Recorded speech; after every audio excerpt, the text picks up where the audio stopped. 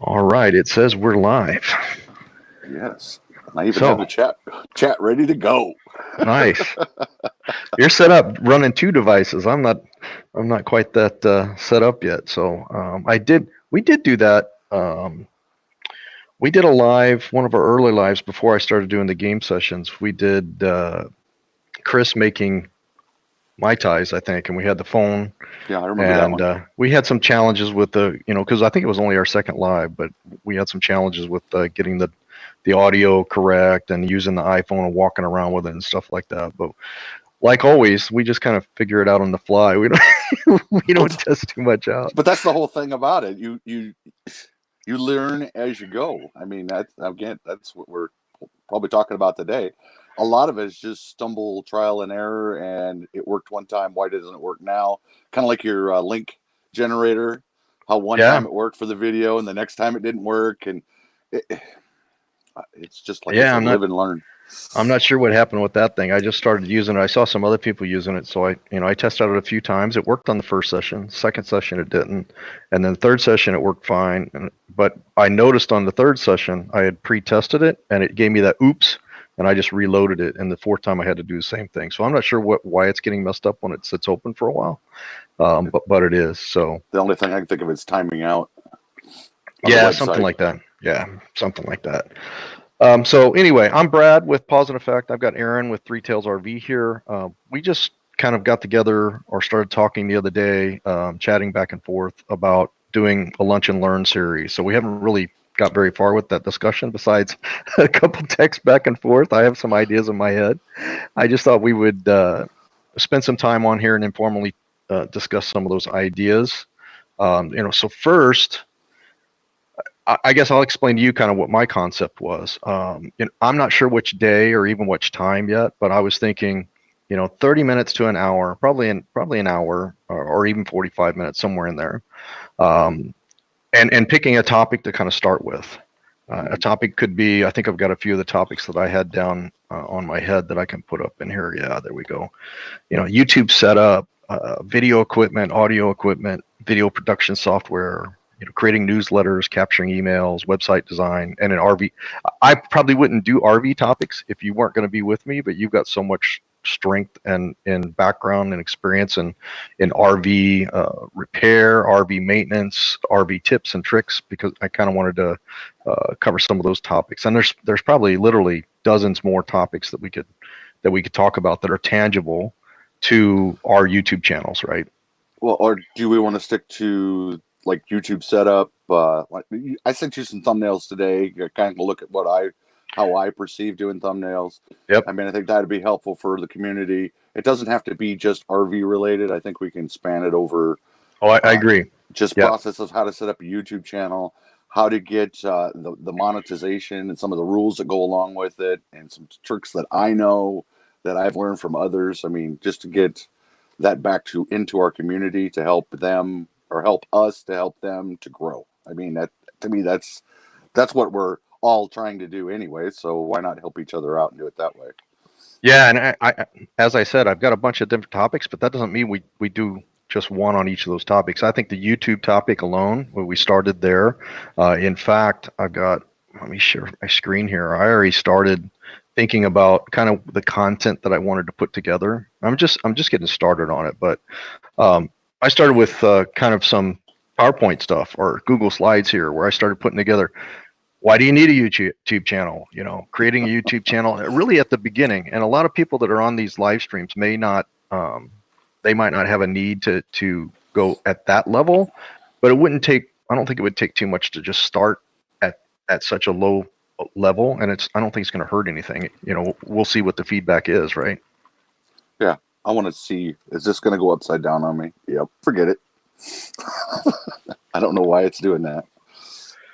Yeah, I And if think anybody knows, go ahead and leave that in the chat because I'd love is to hear how to fix that on my iPhone.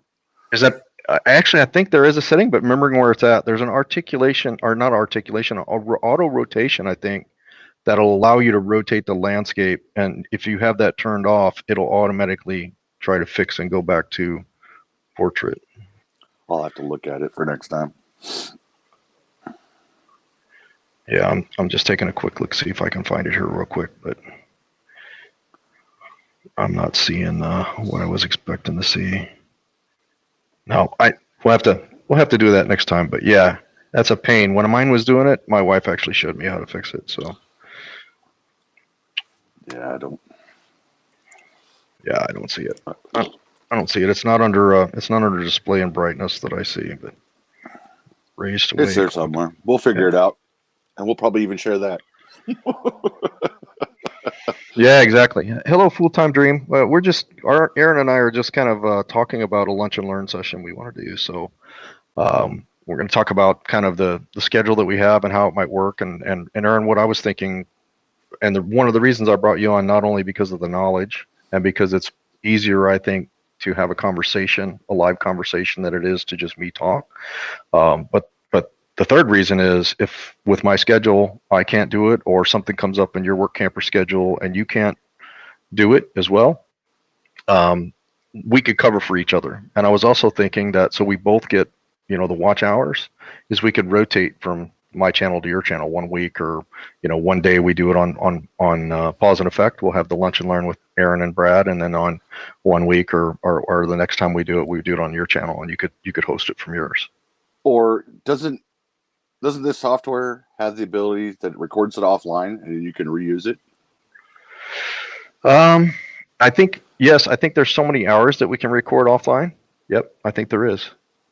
Because what we could do is I could host it live one time, and you could I could put it in Dropbox, one of the clouds. Yep. Just throw it over there for you. Then you can take it and you can edit it or do whatever you wanted to it, and then we can work that way. And then we're both getting the stream. Yeah, that could work too. I hadn't thought about that, but yeah, that could definitely work. That's how a lot of people do calibrations. It's not calibrations. Collaborations. Yeah. Is that Almost. I take footage and then send it stuff to you. You can do a little spot for me on one of my videos, and then you're in there. You can talk about it, do the intro and all the other stuff. We could do that for each other that way too. I mean, that's how I've seen it done, or heard it being done that way. Yeah, and I guess I'm looking for feedback from a few people that we have on here too. So I think, rather than putting ourselves in the box, there's a couple ways to do it. I hadn't thought about that angle. And hello, Scott Jacobs, from Roy and Becky. Looked like they were having a live, and they sent some people over here, so we really appreciate that. But I was thinking the collaboration, the live chat when we're doing it is very important. But taking those and then put them together in an artifact or a video that people could watch going forward in more of a produced output also would be helpful as well, right? So we could do the lives when we're finished with the live, when we really nailed that topic. One of us or both of us can work together to do a final production and release it on both of our pages, potentially as an actual video. Yeah, all those options, right? So anybody that's watching, if you guys have any comments or feedback on those approaches, what you think, that's the key. One of the key aspects is getting the community's feedback on what's helpful to them and what vehicle they like to see, tips, tricks, even topics that you would like to see. We're looking at getting some of that. Let's see here. What else did I want to cover? We're just talking really right now about the schedule and the format. The framework. The framework, yeah. And as I was mentioning, I was thinking about kind of kicking it off. I mean, first of all, I think we probably should, because I don't want people to come in and think they're getting some type of absolute expert professional's opinion on a lot of these. I'm self-made. I haven't had any training on any of this stuff for the most part. Some of the things like Filmora I actually used in my career, but it wasn't like they provided me the software. I went on and got it for a particular training program that I was doing in my job, and I liked it. I used it in my job, and then I just rolled it over to my personal life, where I started using it in marketing for a coffee shop, and then started using it here on developing videos for YouTube. But I think it would probably be good. The first thing that we could do, and we could do this collaboratively without being live, is just do maybe or we could do it with a live. We could just do how we got started and what our experience is, and make that disclaimer, that I'm not certified in any particular areas. I'm not sure about you, but I mean, your military background and the fact that you've been doing this for quite a while. It was over 5 years now that you've been doing YouTube, right? Well, that's actually my second channel. We I started out on YouTube with a fishing channel. I raised angelfish. We had probably almost 10,000 gallons of water in our house in aquariums, and we were raising, breeding, and selling angelfish. And I was going through all the different steps. And all those videos are out there. If you want to look for them, just type my name. It'll come up with my other I 200 saw plus that one. videos. I wondered if that And was you. Yeah. the fish room walkarounds were like my popular ones. They still got like almost 2,000 subscribers over on that one, and I haven't done anything on that in probably almost 8 years. So some of that stuff is still prevalent. Let me talk real quick about my background. As Bradley said, I was in the military. Where I got my teaching stuff from, I was a certified instructor in the military. So I did that for 5 years, where I was a certified instructor, got my master training specialist certification. You have to have so many hours and teach so many classes, and then you get this certification that goes behind your name. Other than that, I've always loved photography. I've always been out actively taking pictures. I think for my senior class in high school, they called me the most likely to get confused as a tourist because I always have a camera around my neck. So I was taking pictures, and then slowly it worked into that, and then I got into other things, and then I put up my first YouTube channel, and so far I've been moderately successful. I don't have 1 million viewers, don't have my first million video, but other than that, I mean, I do it because I enjoy doing it. I like helping other people out. And that's why when you approached me about this, I'm like, yeah, we could do that. Yeah. So, and that's a couple of reasons I approached you. One, because you've been a great supporter of us. You found us early on. Second, you have a ton of experience, and I'm about 18 months, maybe 2 years into actually the YouTube stuff. I think it's right at 18 months since we posted our first video. Maybe even less than that. It might have just been June. I think it might have been June or July of 2018. And so, and we're not monetized yet. We're not over 1,000 subscribers. We're almost there. So, you've been doing it quite a bit longer. Your quality, I think, especially on thumbnails and videography, is far above ours. You do more DIY stuff, where ours is more hobbyist, travel related, dog focused, that type of stuff. So I think it's a good mesh. We don't overlap too much besides the RV stuff and the YouTube channels. And yours is three tails, so that matches up with our dog theme as well. But I think it's coming at it from both perspectives. I think channels that are fairly new can look and learn from some of the things that I've done, because I've taken that 18-month track. Really, for the first year, I didn't really care about subscribers, and really still today, my wife and I don't really sit there going, hey, how's the channel doing? Because it's just a hobby. But as we get closer, we start thinking about the things we could do, mostly from a charity perspective. If we did start monetizing, what we could do with it. So I think we can share kind of how we growed. What can you expect if you don't really do the work? Your channel's not, it really, YouTube is not like Facebook, where if you're out there, people will just find you and like you usually. You have to do some work to get it done. So I think having both of those stories is from our perspective, an established channel in your case, and kind of a newer channel that's just getting to that point, would be valuable for people.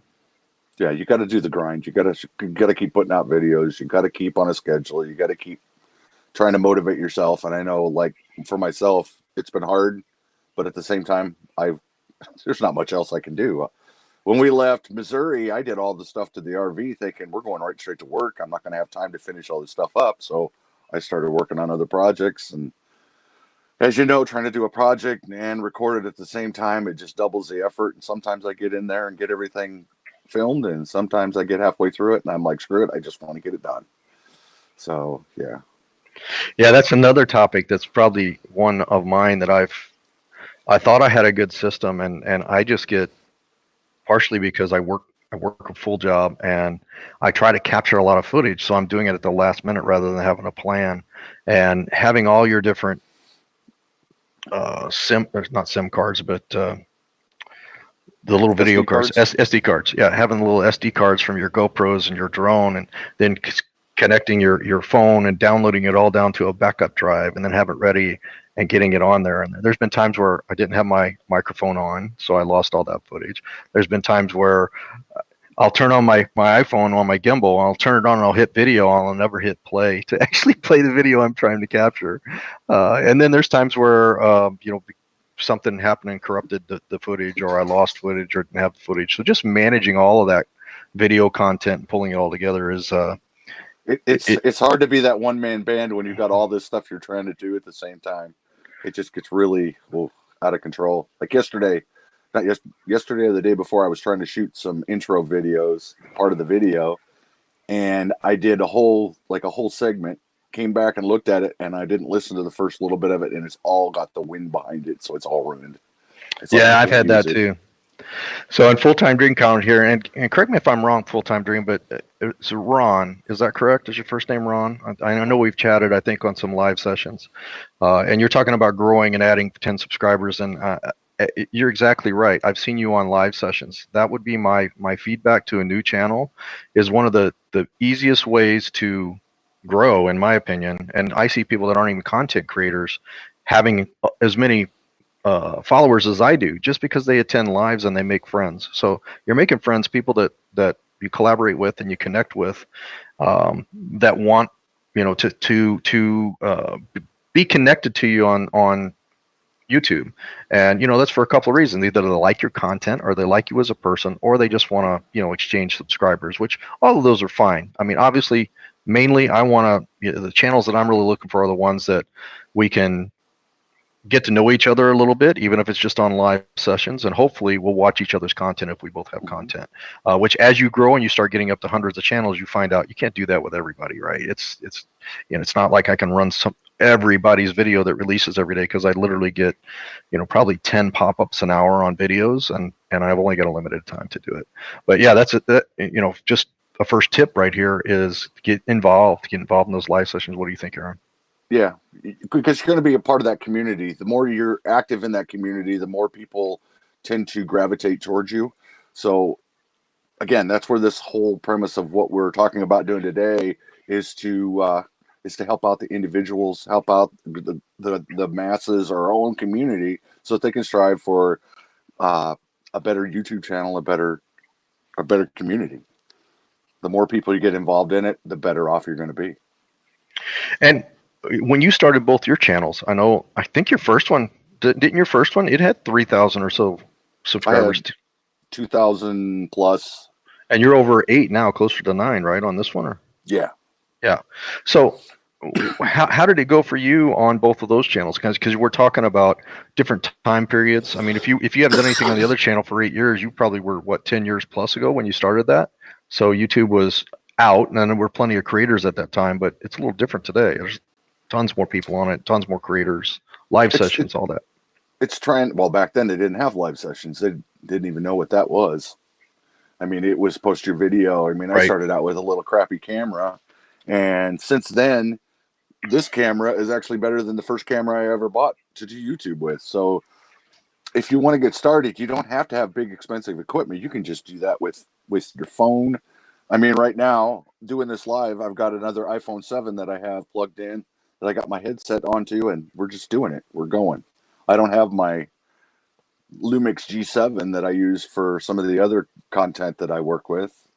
But getting started, it's hard to figure out what the algorithm wants, because you want people to watch. That's the whole purpose. You've got to come up with this evergreen content that is always available that somebody can use. And that's why I typically do the DIY stuff, is because there's always somebody asking that question of, why does my RV stink when I'm going down the road? Well, I got to thinking about it, and I said, well, I'm going to shoot a video and show what I use. And that's probably my number one video that I have, is because that's what people are. It's a constant question that people have. So that's where that evergreen content comes about, that they talk about. It's something that's always there. So trying to find the video that somebody's going to want to go watch, that's a hard thing to do. Hard to do. I mean, I've got a folder on my desktop that has probably 2,000 or 3,000 different video ideas that are in that folder that I can go back and go, well, I'm stumped. I don't know what I want to do today. Oh, I remember that one. Let's do that. So it's coming up with that list of video potential ideas, doing all that brainstorming.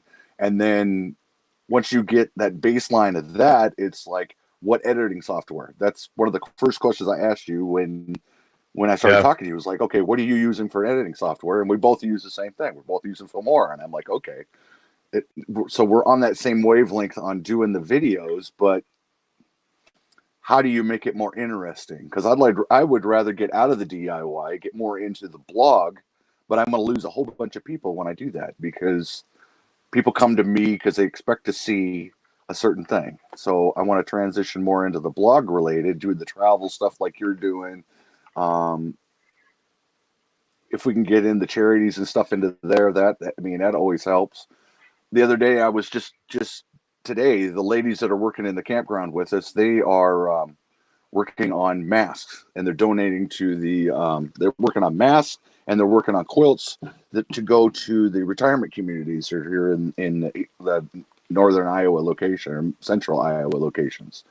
I wanted to do a video on that, but they don't want to be on film. So, I mean, it's hard to come up with ideas. It's hard to learn a new software when you've never done editing before. It's hard to come up with music to match what you're trying to do. Mm-hmm. And I mean, it goes all over the place when you're trying to do videos. Some people want to be on film. Some people don't want to be on film. You know what that's like with the wife.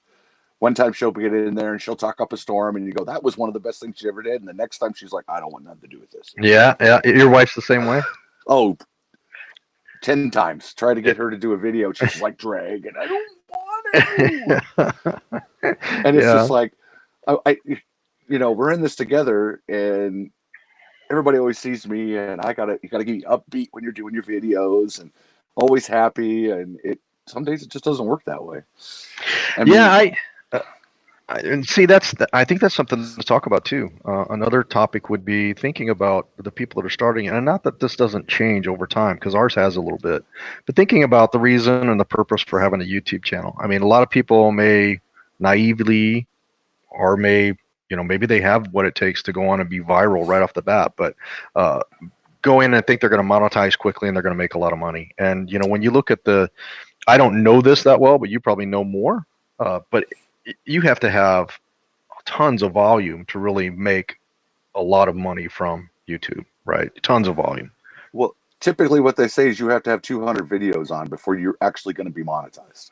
A minimum of 200 videos. But even when you get monetized, the amount of pennies that you're getting is pretty low in the beginning. Is that accurate or no? Or it's all based off of the number of views. And then what clicks on the algorithm, like we were doing last week. I was watching your videos. You were watching my videos. I was making a comment on your videos. I was giving thumbs up on your videos. When somebody, and who was it? There was another live streamer that I was watching just the other day. He said, if you start the video, finish the video. If you like something about the video, leave a comment. If you liked it, then you should go ahead and click the thumbs up. But if you started, finish it. Because a lot of it comes down to that's what it's all about. Yeah, the average watch time. Watch time. Yeah. But that's not what the payout is, right? The payout's more based on the ads that are served, or no? It's your views. It all comes down to views. It all comes down to views. When you go to the algorithm, it's all about the additional stuff with the thumbs up. Did people like it? How much are they watching? Well, if they're only watching 2% of it, they're not going to promote that video. If they're watching the whole thing from beginning to end, that sends a flag off to the algorithm that says, hey, we need to promote this one more. So that's where everybody's concerned about it.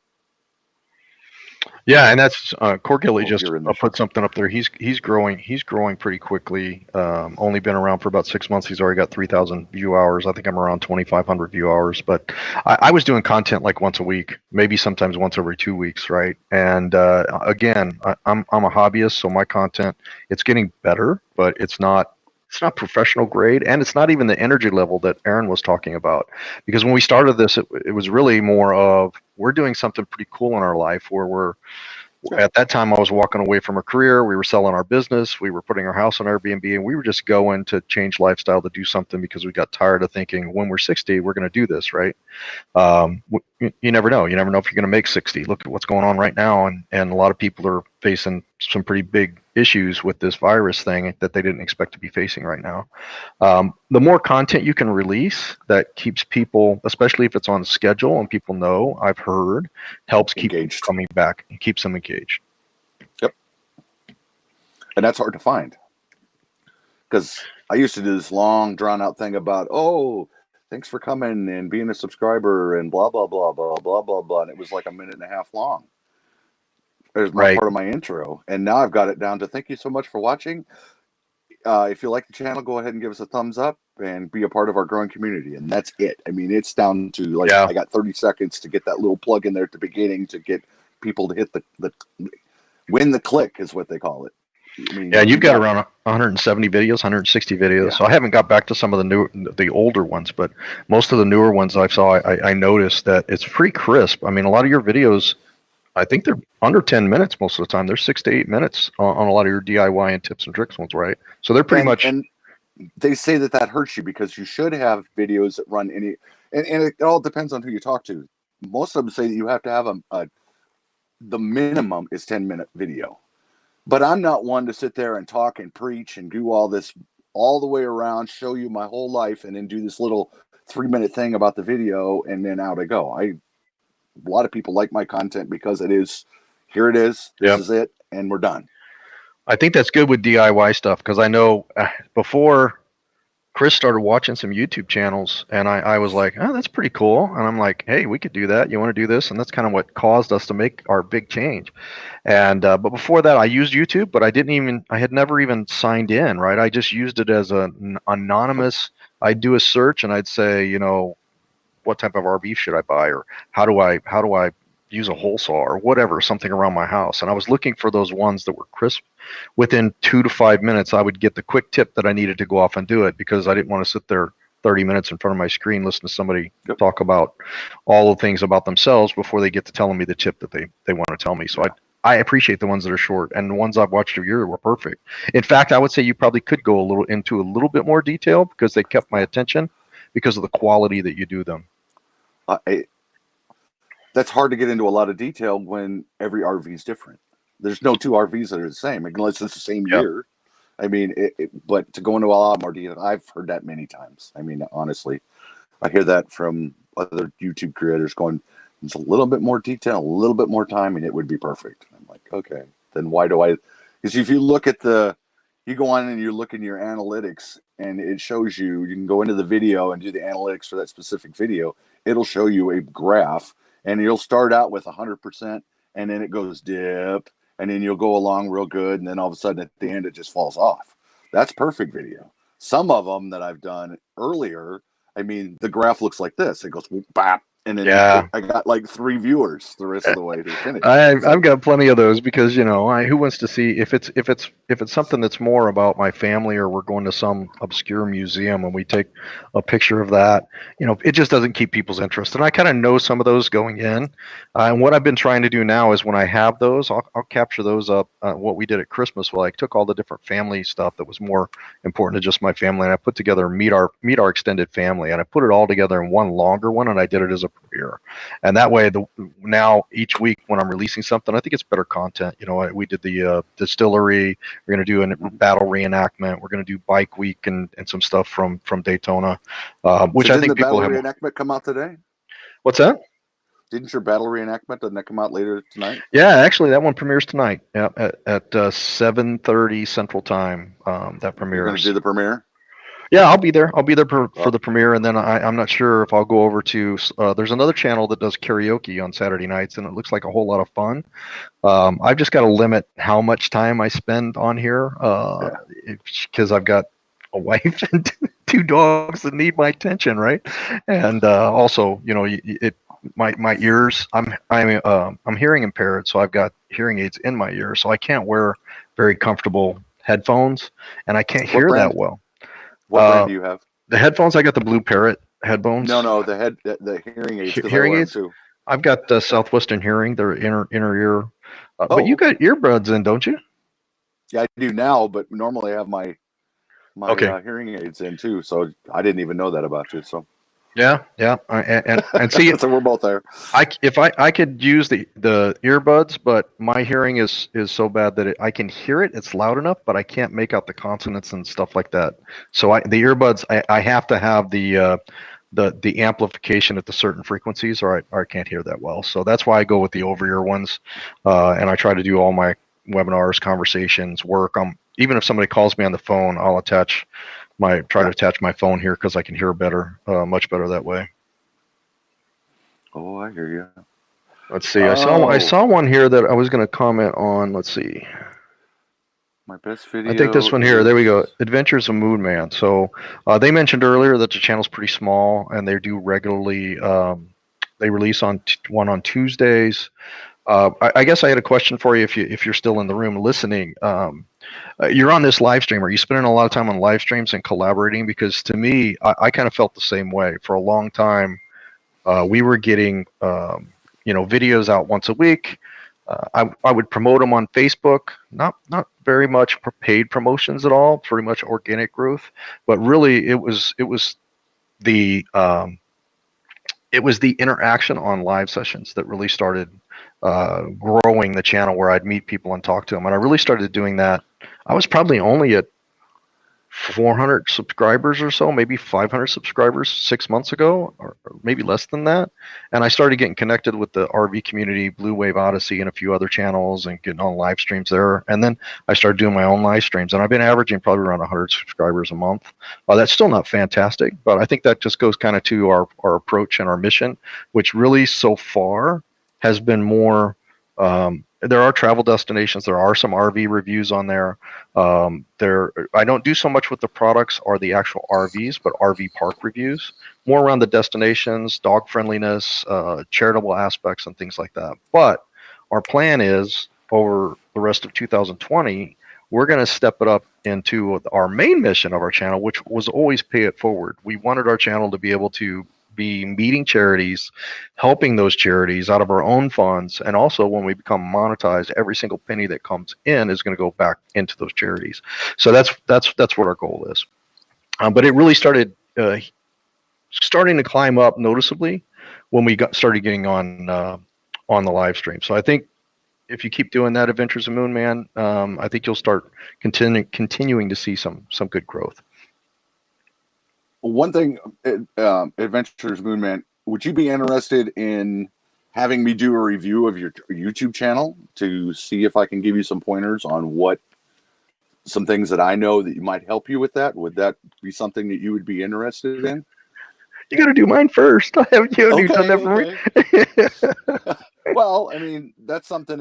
If somebody's interested in doing that, I mean, I can sit down for maybe an hour or two, or an hour, and just go through and say, these are some pointers that I would give you.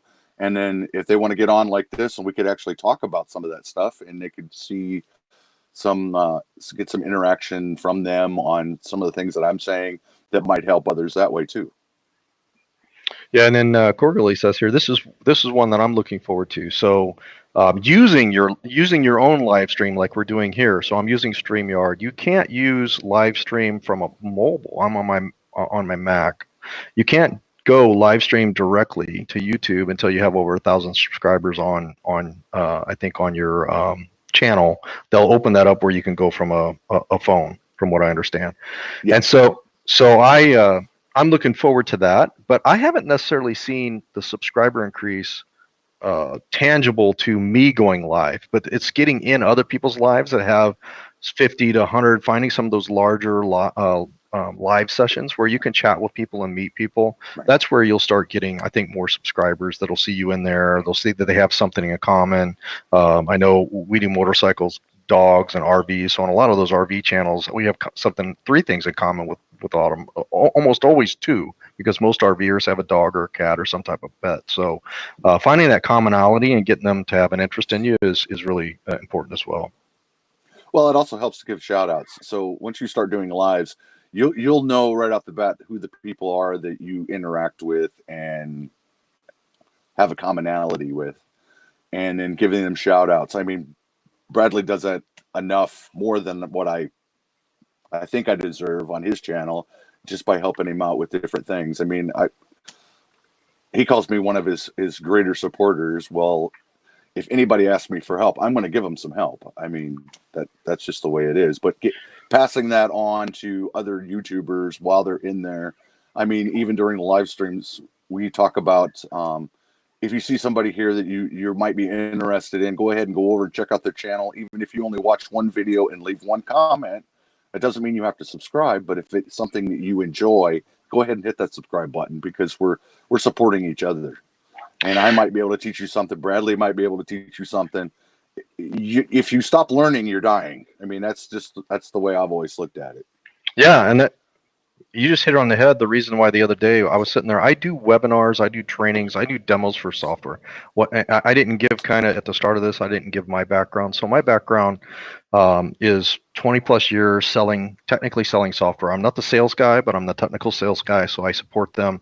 So they basically set up the meetings, and then they turn it over to me, and I do the demonstration of the software. Now, it's none of the software that I've sold is any software that you would use in any type of social media aspect. It's always mainstream software for large corporations, many of them telecom. Most recently, the last role that I got currently is in the privacy space. So protecting your privacy, and every company needs that. So I'm really busy on my job. And what I'm doing most of the time is this right here to a customer, right? But in many cases, I'm not doing my video. I'm just sharing my software, right? I'm doing a demonstration, going through and sharing the software. Now, in that capacity over 20 years, I've used, not only for personal reasons, social media. So LinkedIn is a big social media engine for software and tech companies. Now LinkedIn's really like a Facebook for the corporate world, and it helps you promote your products. Job search. Yeah, it really started more in the tech sector, but now pretty much small businesses are getting on there as well, which we did with a coffee shop. We put a coffee shop on there. I had close to 7,000 connections from my business career, so I just started, even though they weren't in the same town, I just started promoting it out on there because I know people believe it or not, would share it. Yeah, you can actually share your videos on LinkedIn under your subscriber thing. So I know a lot of people that do that, but for me, that's my professional life, and this is more of my personal life. I usually don't kind of mix them together. I don't want somebody seeing my resume trying to get a job, and then there you are in your T-shirt talking about how I'm going to work on my RV today. Right. And so, that was just kind of the first foray really into social media from a corporate side. But at the same time, Chris and I had coffee shops for over a decade, and so we used Facebook predominantly in those coffee shops, really heavily. We used Twitter some, Instagram a little bit, and like I said, I used LinkedIn. But there were some things you're marketing it toward the age group that's coming into your shop, so that's perfect. Yeah, exactly. With what I'm doing with the RV stuff, the age group is actually 45 to 65 is my target audience. So yeah, and more of them are getting on Facebook now, but they weren't necessarily, that's the group 65 and up. My mom just joined Facebook at like 79 years old. She'll be 81 this year. So she just joined about maybe a year ago. She didn't even have a phone where she could text. She claimed she was never going to be on social media. She was never going to do this texting thing until AT&T shut off her phone because it was on an old network and made her go to a smartphone. And so now she's on Facebook that 2G and phone. texting. She got one of those flip phones? She did. She had a Nokia, but it was a 2G Nokia phone that finally got shut off, and she was very unhappy when it did. But now she's commenting on Facebook. She's getting involved in stuff, and she's like, why are all these people trying to be my friend and stuff like that? But she's getting into it. So yeah, you're right. A lot of your audience for the RV stuff that are people becoming full-time RV are in the older crowd. I mean, but there are a lot of young. I mean, you've seen that in the channels that we meet. There are a lot of young. So I did want to point out, you mentioned that you're happy to help people, and that was the thing that dawned on me is, hey, I've worked for all these years. I've used all these different types of software, both with our coffee shops and also in my business. And over the last few years, I've learned YouTube. Not an expert, but I think I've got some abilities to share. The streaming software I've learned. I used MailChimp, which is a social media email marketing that we use for our newsletters and stuff like that. And just generally, because of being in software for so long, if somebody has a question, I can usually go help them learn it faster than they would be able to click on it and learn it themselves. So I started thinking, we wanted to pay it forward. So let's start doing some lunch and learns and helping people. And again, same thing that you said, hey, I'm going to get involved and help you if I have the time to do so. one-on-one or in a session like this. And so another channel just joined. I'm not sure if Bob's still in the room, but Blue Wave Odyssey was one of the first live sessions that I got on, and he helped me, learn. And actually, he didn't have to help me a whole lot because I had that skill set. I was used to learning software stuff, but I asked him a few questions along the way, and he was more than happy to jump on and come on live right in a session like this and show me how to do it. But there's other channels that came on that were older folks or non-technical folks that he literally, I can't imagine the hours he's probably spent. And he works his own job as well. That's why he types in all caps a lot of times. If you know Bob, he's typing in all caps a lot of times, and it's because he works in AutoCAD. So he's a mechanical engineer, I believe, and but as he's sitting there working from home, just like I do, he will jump on a live and he'll help somebody from left to right. And there's a lot of people in this community that will do that. And if you go into one of his live streams and you've got a question, he will stop what he's doing and he will help you out, especially when it comes to this live software. I've seen that a couple times. So yeah. Yeah, and I think most of our group in here, I recognize most of the names. I think you guys are probably familiar with Blue Wave Odyssey as well. So if you're not, he does a live stream an official live stream on Saturday evenings. But best thing to do is just set the notifications on there. Make sure you go and set your notifications. That's another thing. I take for granted people know how to do all this. And then my dad the other day, because of this social distances where we can't go and be with our families, like today on Easter. Happy Easter, everybody. But we're doing a WebEx or a Zoom session for our family at 7 p.m. tonight. So we're going to be on there and all say Happy Easter to each other. And so when my dad had been on, he clicked on my live session from his Facebook site. So we promoted it out there. We copied the link in there. He clicked on it, but it just pulled up in his Facebook window. It was just playing there. He didn't actually go click through the link and actually get the YouTube window to pop up so he could chat, and he couldn't figure out how to chat. And he also had never clicked create channel, sign in, so that he could even chat and do some of those things. So there's people that might be interested that might get on a live session by accident, and they don't even know how to create their channel. They don't even know how to sign in, create their channel, chat, do any of that stuff.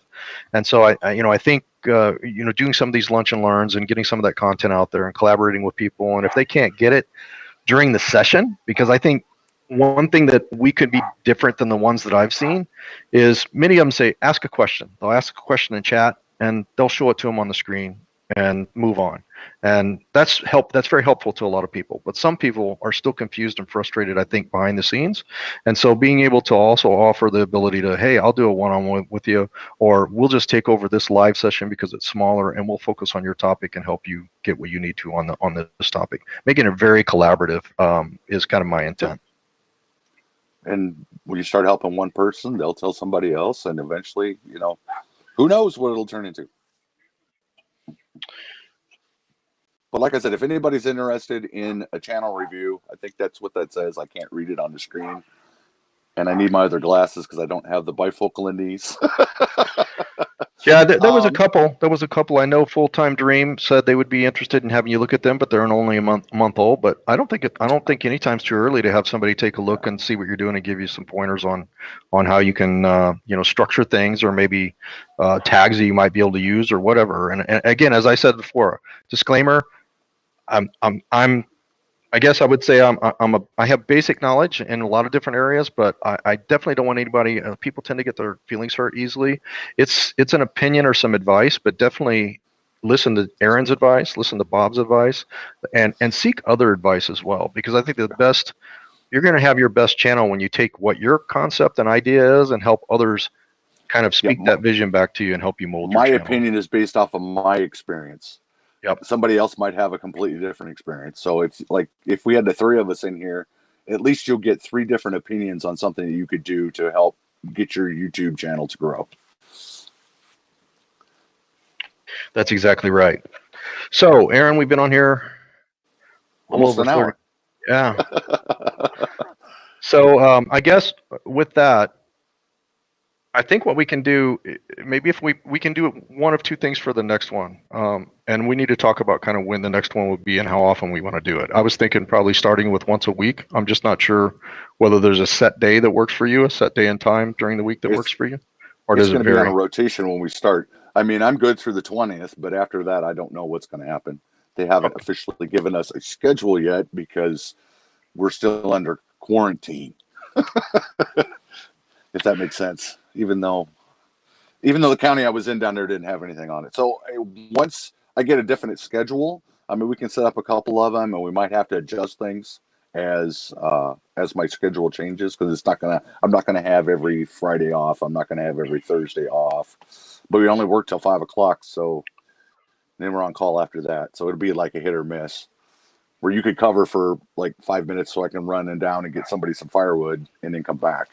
Yeah, and I think that's another advantage of having both of us as standard hosts for each session. And then if one of us has a conflict, the other one can kind of take over. Definitely. I lost my window here. Let me get back to it. I was trying to go look at my schedule. And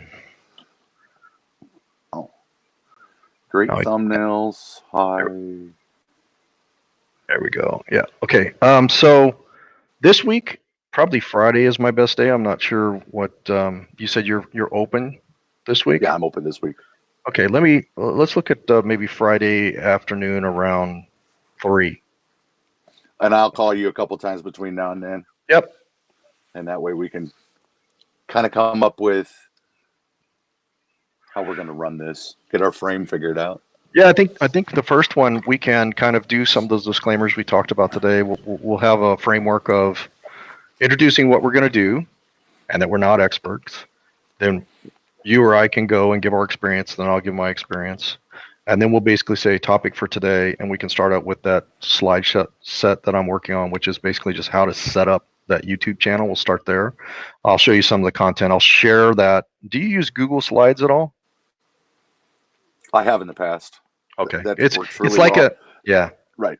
It's a good place where we can share like Box. So while we're doing the live, we could actually use the same thing where we have access to people go in there and they can ask the questions in there instead of trying to go through the side. I think that would work a lot better. Oh, I agree. So really that's it. So because I think what we'll find if we start getting, I mean, we've only had a dozen people on this one, and we've had plenty of comments throughout the way as well. So I think what we'll find if we get decent attendance, a dozen to 15 to 20 people in there, only having 15 minutes of presentation to talk about is going to be enough to spawn that collaboration and start helping people and answering people. 10 to 15 minutes, and then go ask questions and then do feedback, and I think that'll be great. Yeah, I think so too. So with that, I'll get the session scheduled. I'll share that presentation with you, and then we can both start kind of working on a crisp background that we want to share at the start of that, and then we'll just take it from there. And we get in a rhythm. That sounds good.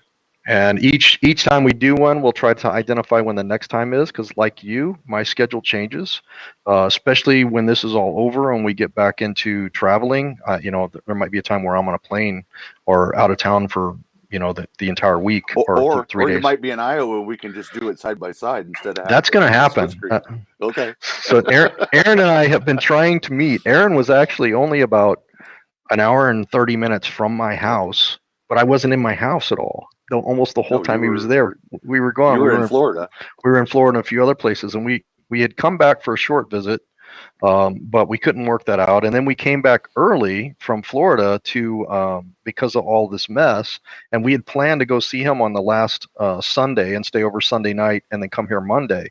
But we didn't know how this was going to play out, and we heard on Friday night that St. Louis was going into shutdown mode on Monday morning at Sunday night. So we decided we better get back to our house and hunker down here, so we didn't get to meet then. But he's about 4.5 hours from us now in Iowa, and we're at home. We can't really go anywhere in the RV. The next time there's a really nice weekend, right now it's 40 degrees out and it's supposed to snow both in Iowa and Missouri, which stinks. But when we get a nice weekend here, that ride up to where you're at, it's along the Great River Road there. So it's a fantastic motorcycle ride. So we're thinking about taking that ride up and maybe packing our saddlebags and staying a night either up around that area and then driving back the next day. That'd be fun. Look into a day trailer. You'll love it. For the back of the bike? Yeah. I see people pulling those trailers, but you got to understand. And we used to do we used to do the day runs all the time. We'd pack a lunch and extra clothes and all that stuff in that thing, and then the saddlebags were full. I could just stuff the raincoats in there, and we were rocking. Yeah, actually, I'll comment on that, but there's a couple of this one that I put on the screen. Casual Girl Corey, she's got a brand new channel as well, and she's been active on these streams. She's looking for some help and review of the channel, so that'd be cool. Okay. And that's something we could talk about as well, maybe on that first session. We could say how to channel, and then if you wanted to start with one of these channels, or like I said, you haven't even offered that to my channel yet. If you wanted to do that, we could talk about what that process is and what the outcome is, and kind of walk through that. Maybe on the second live, or if we have time on the first live. Or maybe we can do yours over the phone, and we can just go through it then. That could be embarrassing, and that'll but hey, be I'm transparent. A good starter for it. So at least I got an idea, and then we could roll in and do a few other ones. That sounds good. Who knows? Okay. So and we were talking about the trailer. So we have some really good friends that got us into the motorcycle riding. So just. I think you may already know this story, but basically I rode dirt bikes when I was younger. I had a street bike for a short period of time. I had some friends that got killed. I almost hit a deer going fast. I was crazy. So I sold it and I went back to dirt bikes, quads, jet skis, extreme snowboarding, that type of stuff. And we did that my wife and I did that for 2 decades. And then recently, last winter the winter of 2018. So our first trip, we went to Texas and we met Don and Nelia Wall at Port Aransas RV park, and they rode motorcycles. And so we left there and came back, and Chris says to me, she goes, I've always wanted to ride a motorcycle, but I never did because my mom she feared that I would get hurt, and her mom passed a few years back. And so she's like, I would really like to at least get my certification just so it's something I always wanted to do. And at first I was like, I vowed I would never have a street bike because, I was scarred. I lost some, classmates in school. And so we went out and got the motorcycles. We went out and got a toy hauler. You can see our videos about that process if you want to go back and watch it. And so we went and rode with them. Now Don has been riding for 40 years. He's been riding his whole life. And so he's got this street glide or road glide, and it's all fancy, and and I could see him having a trailer, right? Because he's all about comfort, long rides and stuff like that. Well, Chris and I started with Sportsters because they're cool looking.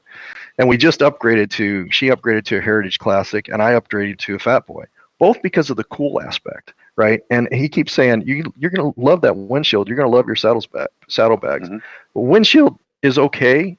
I can feel some of the improvement, but the cool thing is it's not in my eyes. It's a lower windshield, so I'm probably leaving that on. I said I was going to take my saddlebags off because I love the look of the Fat Boy without the saddlebags, but they are convenient. But I don't see myself pulling a trailer. There's just there's a cool factor there that I got to go with looks a little bit, right? I'm not quite the comfort and convenience yet. Well, see, I was the oddball because I had a 2000 Heritage, but mine was white. How many white Heritage, you don't see them, but we go somewhere, we go to a rally somewhere, and nobody could find their stuff, and I'm like, oh, there's mine. Yeah. Chris's is white and teal. Hers is white and teal, so she's got but those are a little bit more common, but her second choice would have been all white, so she looked at a few of those. But they are hard to find. You got black out the wazoo, right? Yeah, you can find black and blue are like the two top sellers for them. All right. Red. Aaron, do you have anything? Do we need to talk about anything else today, or should we wrap up and just come back at it on Friday? And like you said, we'll talk between now and then. Is there any other questions? Last minute questions? I appreciate it. Thanks. Let me scroll through here and see if anybody asked anything we missed. Hi, Pawz. Oh, Corgilly said, "When will it be safe to camp in 2020?" Wow. Well, hopefully, fingers crossed, the end of the month. Yeah, that's what I'm hoping. I'm hoping May. I'm thinking more like June. We canceled our Maui trip, not camping, of course, but because I still work, I get a lot of freaking flyer points and hotel points. So we go every year or 2 years to Maui pretty much for free, and we had our vacation all planned out. It was going to be a little over 2 weeks, almost 3 weeks this year, and we postponed it to December.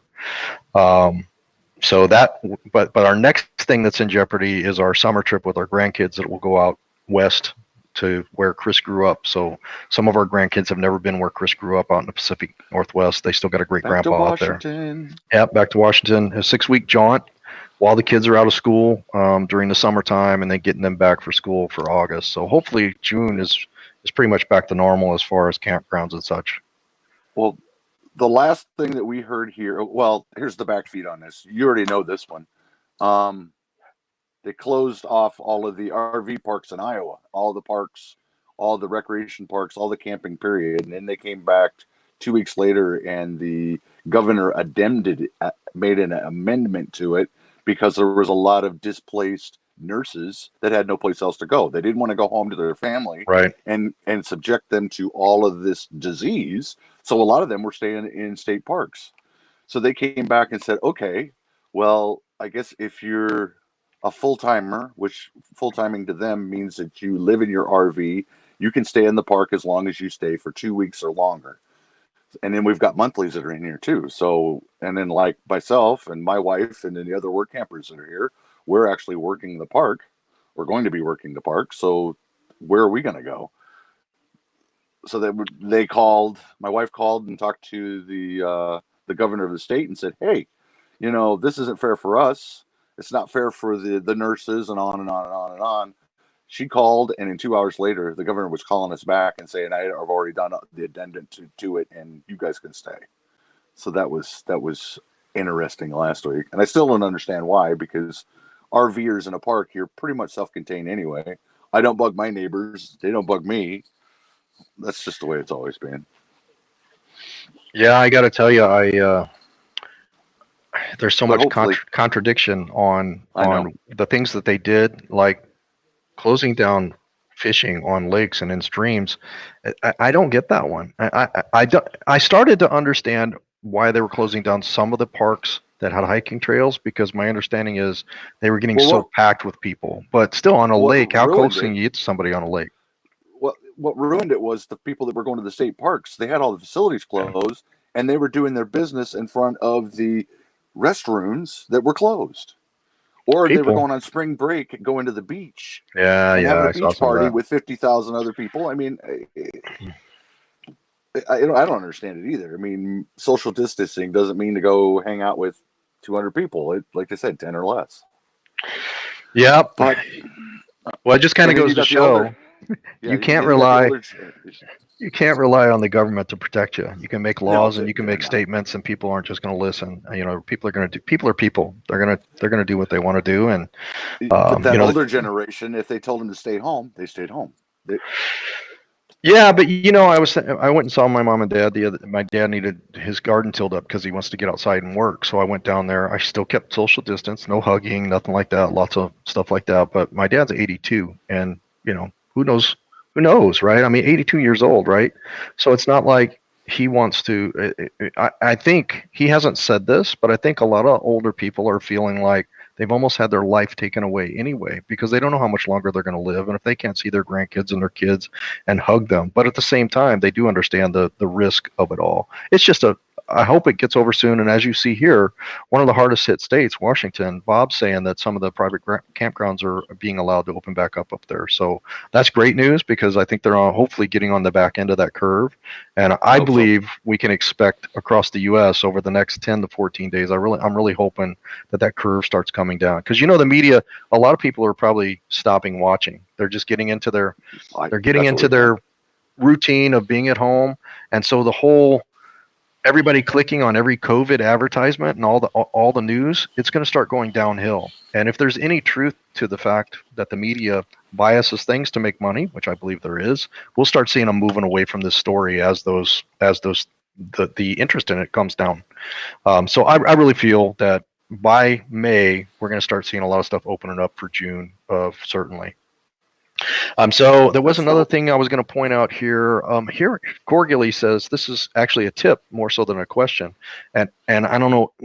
Bob was here a while ago. Bob, there's some meetups. I haven't got to participate in a meetup yet. I'm hoping to. There's one in Mayberry in October that I'm hoping to go to, and there's like 50 channels there. Well, we're probably already connected to all of them, so it won't help us add a lot of stuff. But this is a great way when you get connected in the community. First of all, live sessions, because you're making a connection. Secondly, if you meet them in person, they're almost undoubtedly going to sign up for for your channel. They're going to be a subscriber when they meet you. They're going to go to your Facebook page. They're going to do everything to stay connected with you. Well, So that's a great that's one of that's the a great things tip. that we've been doing. RVers usually give out business cards, and it's got my URL to to the channel on it. So that's when I meet people in a park, like the last park before we left. We actually went around door to door, knocking on the door, and thank them for being there and helping us out with this situation. So that's, you already know them. Here's a card. It's got my URL for my channel on it. Check it out. Absolutely. I think we've covered just about all the questions here. Our good friend Sue's talking about one of my favorite videos here. We did one a few weeks ago. We premiered this one. It was Uranus, Missouri. So if you need a laugh, you can check out our videos. It just probably 3 weeks ago, I think we premiered that Uranus video, and it's gotten quite a few views. But also, I'll shameless plug. We do have a premiere tonight at 7:30. So hopefully everybody can come back to that. Slow Momentum is live after that with karaoke, which is fun, and there's probably going to be 60, 70, 80 people on that, maybe more. It's maybe well attended. Because he's on the road. They're getting travel trailers and taking him somewhere. He's been on the road all week, so I don't know if he's going to be home or not. He's got it promoted. He's got it promoted out there, so I think it'll go on. I'm pretty sure it'll go on. Bob knows them a little bit better. He might if. Well, he got 2 hits last week for his karaoke because somebody was singing too close to the. Must have been too close to what it really sounds like. I asked about that because I asked him and he said no, it's okay, and I didn't think it was okay. I don't think you can sing lyrics if it picks up lyrics, but I don't think obviously YouTube doesn't have people doing that, so they've got some type of automatic. If they sing, they got to sing perfectly on pitch, right? Yep. If the music isn't in the background and they're just singing, they're going to have to sing the song almost exactly like it is, and then they'll possibly get a copyright. But here's the thing about that is it's live, so it's not like they take the video down. He just doesn't get monetized for that video, or what's that mean? Yeah, he just won't get paid. He won't get paid for it. He can put in and that's what I told him. I said put in a review on it so that a human being has to sit and look at it. Right. Because it's only for like 30 seconds in one and like another 45 seconds in another one. So we're only talking like a minute and 15 seconds total. Yeah, we hit nigged on. So we had a copyright claim on when we did Daytona Bike Week, and we're going down Daytona Bike Week, and we did a live, and we're going down Daytona Bike Week, and the bikes are rolling by with their songs up loud, and so there was 3 or 4 songs on there at all times, and they did a claim, and I said we were at Bike Week, we were outdoors, we were taking footage, the music had nothing to do with it, you can't even make out the music, and I won that claim. But like you say, yeah, you need it. You always review, but also be careful about what you're putting up there. I haven't had many problems yet. Some others that are other established channels probably have more experience on that, and that would probably be a good topic to talk about and maybe find an expert to bring in with us. For one of my videos, we went to the Mariners and we went and watched their game, and I was shooting video of the game, and I got a copyright strike for having that in there. If there was still photos, it was fine. But as soon as it was rebroadcasting the baseball game, then that's a no-no. Is there any allowance on 10 seconds of that, or showing a one replay, or can you not show anything? There used to be with the music, you can, as long as it was under 10 seconds, you were fine. So you see those videos where they have that quick flash of this song, and then they go on to something else with another flash of a song, and it's all current stuff. I don't personally do it that way because I don't want to get the strike, because if they change the policy, they could go back and say, okay, anything over 1 second, you could be demonetized for. So I always and then you got to go back and fix it. Yeah. And there are some that you mentioned earlier, the music, and I see some channels, and I'm very passionate about music. I play music, so I tend to get a lot of comments of great music because I take time, and I pay for a service, and I also know a couple of free services where I can go find the music to try to match up. And I find that if I do have some music in the background and I like the song and it kind of goes well, I can still find something better, and the quality of the ones that you're pulling in that aren't live out in the open air, the music's better for your video. So a lot of times I'll just overlay whatever they're playing and singing, because it's not like it's a close up on their mouth, with whatever music I want to overlay, and I think it's better than the background noises of an event's music that you hear. Well, I think we need to cut this short because we keep going off on other tangents. Yeah, I think we need to wrap it up. Live So session on it. I think we've covered everything. The last thing I'll leave it with here is somebody mentioned that they're going to be doing a meetup here. Meetups are another thing. There's something I'm interested in. There's one in Mayberry in North Carolina. There's one in November. It looks like here in Georgia. That's something that I might start doing. I've heard people say, "Where are the meetups?" Starting to keep a guide. If we can get enough people that can feed in where these meetups are, even if I'm not going to them, it's pretty easy to keep track on a spreadsheet. So that somebody might already be doing that. If we get hooked up with them, we can just merge it together. But that would be a pretty good topic. Aaron, I appreciate you taking the time out. I'm looking forward to this series. I appreciate it. I think we're gonna have a lot of fun. It's gonna be something good. Awesome. And thanks everybody for jumping on today. Happy Easter again. Stay safe. We'll be on the road soon. I'll talk to you in a couple days, Aaron, about Friday. All righty. We'll be See here. ya. Yep. Bye.